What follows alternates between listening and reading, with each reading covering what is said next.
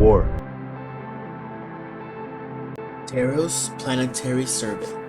Taros system, 4 planets, 1 through 4. 1 inhabitable. Taros, 2. Size, equatorial distance, 16,000 miles. Gravity, 0.96 Gs. Satellites, 2 moons. Population, 12 million. Approximately human and abhuman. Rotation speed, 1,200 miles per hour. Climate classification, extreme, hyper-arid.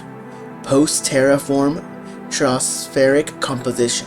Nitrogen, 76%, oxygen, 20%, argon, 2%, ozone, 1%, carbon dioxide, 0.2%. Planetary governor, Lord Afir Aulis, 19th ruler of the House Aulis.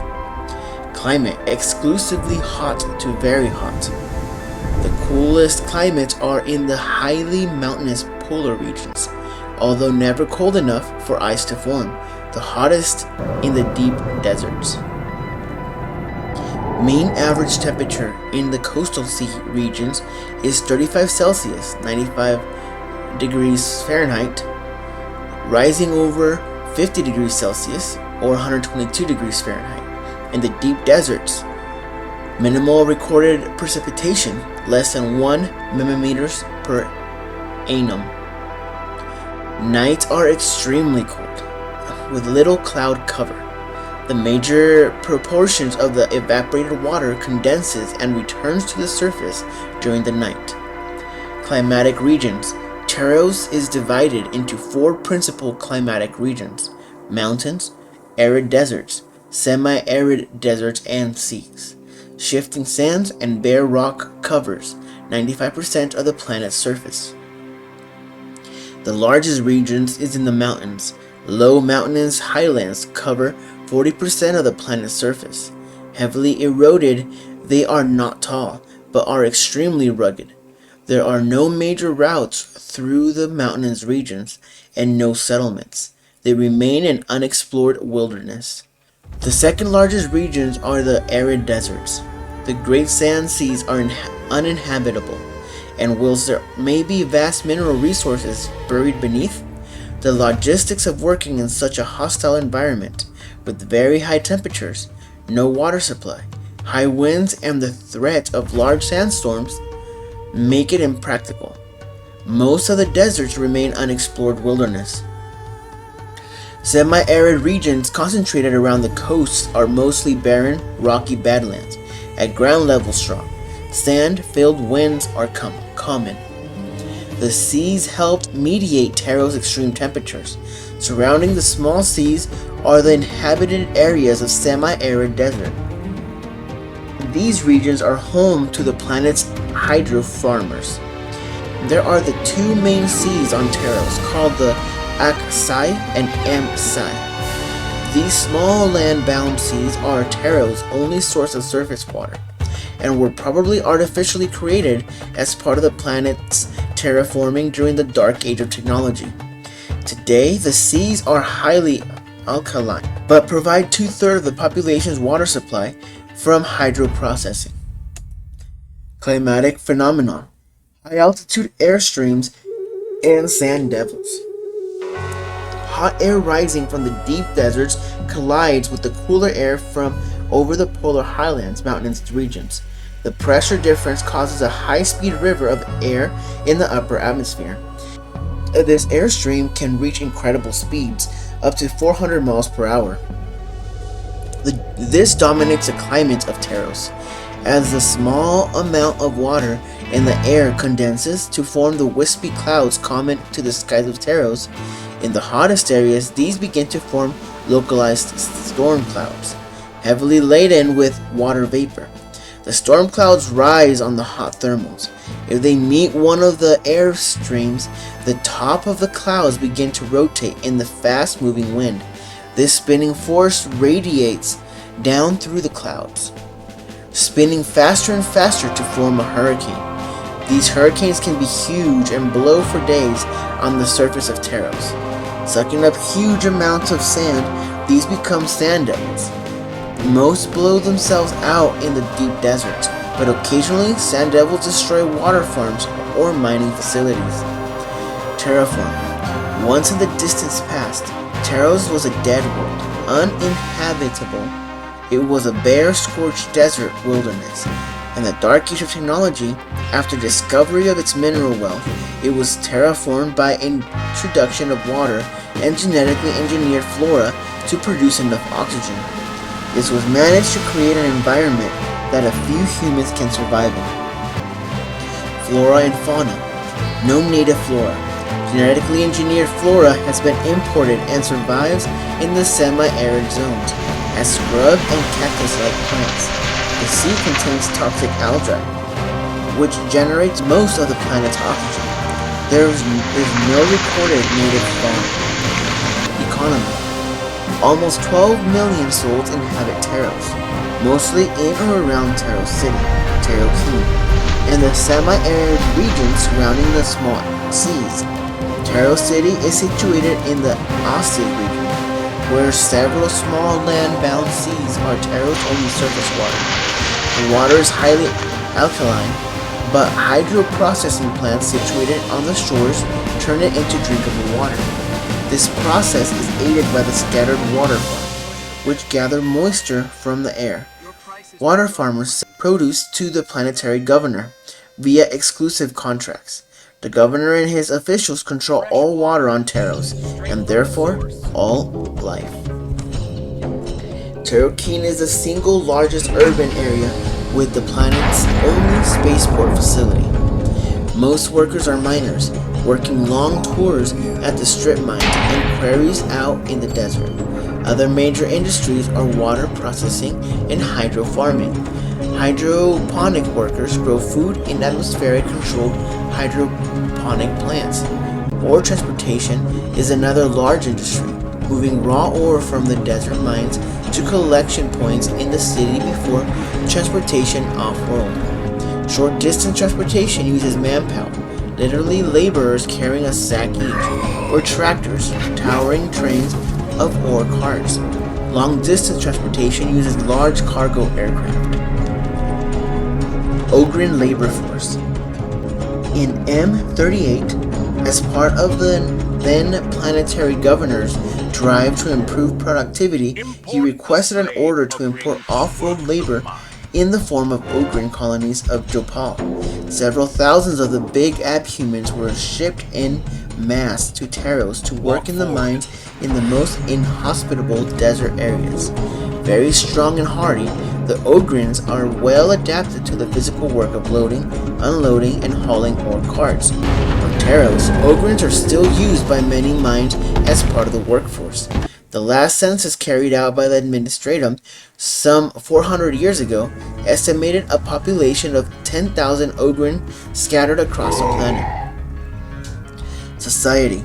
Mostly poor mine workers and laborers operating in in-work gangs. A high level of technology is maintained, with many tasks automated. Ministorum Galaxia missionaries reports little in the way of genetic mutation. Principal exports: mineral ores for ferroalloys, lead, vanadium, rhenium, and manganese. Vanadium, a toxic silvery white metallic element occurring in vanadinite, which is red, yellow, brownish mineral formed by the weathering of lead ores in desert climates, used in steel alloys to give extra hardness and as a catalyst in other alloys. Rhenium, a dense silvery white metallic element with a high melting point, occurring in gadolinite and molybdenite, used in alloy with tungsten in high temperature thermocouples. Manganese, a brittle grayish white metallic element occurring in magnetite, a blackish mineral consisting of a form of manganese oxide, used in some steels, manganese steels, and other ferromagnetic alloys. Manganese steel is a very hard steel containing 11 to 14% manganese to produce hard-wearing tools such as rock crushers, heavy pistons, and gun barrels with high tensile properties. Lead, a heavy toxic blue-white metallic element occurring in galena, a bluish-black mineral consisting of lead sulfide, highly malleable. It is used in alloys for accumulators, cable sheathing, and radiation shielding. Cobalt, a brittle, hard metallic element that is ferromagnetic metal, occurs in cobalite, used in steel alloys to resist corrosion. Principal imports: foodstuff and water. Food supply. Grown under cover in large, atmospheric-controlled hydroponic plants. Many buildings have their own hydroponic plants, but the largest are situated around Taros, and in the coastal regions, this provides a population with 80% of the food supply, the other 20% being imported from surrounding worlds. Principal crops are variants of the millet and sorghum plants, members of the grass family, providing highly nutritious grain. Groundnuts, related to the soya bean, are a growing source of protein and provide many varied foodstuffs. Some exotic off-world fruits are grown. Other sources of vitamins and protein come from algae and marine microorganisms, harvested from the seas and chemically processed to make an edible gruel, called cremi by the natives. This is the staple diet of the miners and workers. Other foodstuff, meats, dairy products, and luxury items must be imported, and are the preserve of the top of the social order, officials, mine owners, etc. Known history of Taros. Imperial records do not detail the early colonization of Taros, most likely that the planet was discovered in the early years of the Dark Age of technology. No records specifically refer to the system, but it is known that many systems on the eastern fringe of the galaxy were first being explored at this time. On the first discovery, Taros must have been a dead world, bereft of any life, just a hot desert world of sand and rock. If life ever tried to evolve here, it never progressed beyond the level of microorganisms. The planet had no ground, water, and very little atmospheric moisture. The atmosphere was not breathable to humans. Conditions were just too harsh to foster life. But early explorers must have noted that although lifeless now, the planet's ecosystem was not far from being life-sustaining. Temperatures were high, but not to the point of making the world uninhabitable. There was some atmospheric moistures, and better still, the planet was rich in mineral wealth. Huge quantity of useful ores were present, much of it close to the surface and easily accessible. There was a stable atmosphere, which could be manipulated. Taros was not beyond hope for colonization. The draw of the ore deposits made the planet a viable prospect for terraforming. Back in the Dark Age of technology, mankind had the technology and knowledge to alter planetary atmospheres and ecosystem to create a place capable of habitation by humans. The transformation would not have to be miraculous. They did not need to create a garden world of flowing streams and lush vegetation, but a climate where colonists could survive and mine. Aided by a long-forgotten advanced science and technology, they set about terraforming the lifeless desert world into something humankind could survive on. It did not happen overnight. In fact, it may well have taken over 5,000 years of work, but water was introduced to the planet's surface in the form of seas. Specially genetically engineered plants and algae also contributed to the ecosystem, creating oxygen. Careful management and nurturing slowly changed the atmosphere. How this was done is a mystery, but some life now exists on Taros. The first mention of Taros in Imperial archives is M30, after the Age of Strife. The planet was rediscovered by the armies of the new Imperium as they spread out from Earth, reconquering the galaxy and reunited the scattered human colonies that had been sundered by warp storms and wars. Mankind had barely survived on Taros, degenerating into a savage, Stone Age tribal living. The population, probably never large, had dwindled to less than 1 million. In another 1,000 years, human life on the planet would have been extinct. Rediscovery of the planet's mineral wealth resulted in the Imperium recolonization of Taros. The regressed colonists were exterminated and new colonists moved in, establishing mining stations and a starport. Over the past 10,000 years of the Imperium rule, Taros' population had steadily grown to its current level of approximately 12 million souls. One major city has developed around the starport. Metal ore mining is still the planet's main function. Imperial Guard recruitment.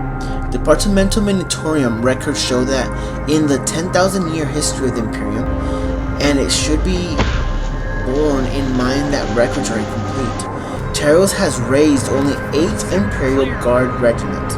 The Taronian first was annihilated during the Third Black Crusade.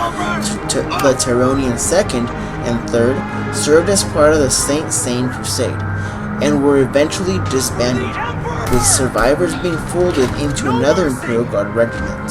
The fate of the Taronian 4th and 5th are unknown. Records do not tell. The Taronian 6th was heavily engaged against Orc during Wak Vadun and later was disbanded, with the surviving manpower being turned over to the 15th Cadian Regiment as replacement. The 7th Regiment was lost as part of the rogue trader Falway towards 3rd Expedition into the Eastern Phrygians. The 8th Regiment is currently active as part of the garrison force of Hellion 4. Target confirmed.